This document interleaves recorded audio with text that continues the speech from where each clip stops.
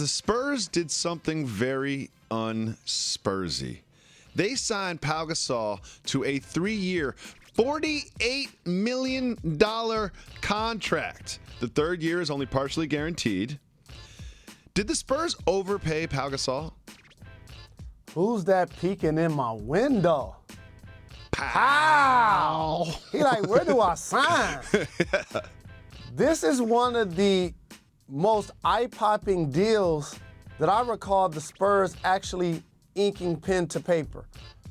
At this point of Pau's career, he's a defensive liability, not only in the paint, but clearly in pick and roll situations. While still very skilled on the offensive end, will have his moments where he can score the basketball, still a really good passer, in particular from the high post. But big men are hard to come by in today's game, especially those that are going to be able to fit into their culture.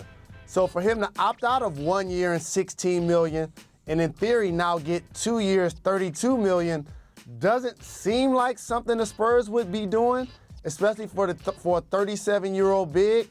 But that's the market these days. And here's the thing is when we all heard that he opted out, we're like, ooh, this is savvy. The Spurs are going to give him less money now, but spread it out over a longer contract. So he ends up essentially getting the same amount of money, but it gives them more flexibility to go after a Chris Paul or to go after another big name free agent in next year. But now it just sort of seems like they doubled down on Pau Gasol. Let's remind you that Pau Gasol averaged 7.7 points in the playoffs this year. And you look at his minute totals, he played probably 29 minutes, I think was his high, but that was at the end of that Warriors series when it was basically already decided.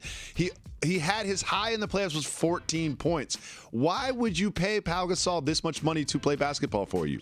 After working the NBA draft, when you said average 7.7 points, I'm like, he going in the lottery.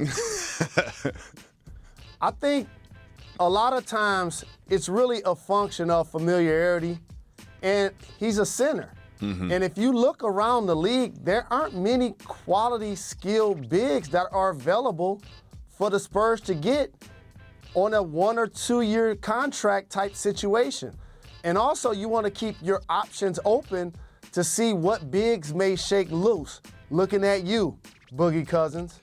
Here's what it is Coach Popovich just likes old guys. That's what he likes. He likes old guys. He likes to have old guys around. That's all it is. Like, that's what it comes down to. He's like, Manu, come back. Pau, let's sign him again. I want the oldest team in the NBA. I don't need young people learning how to play this game.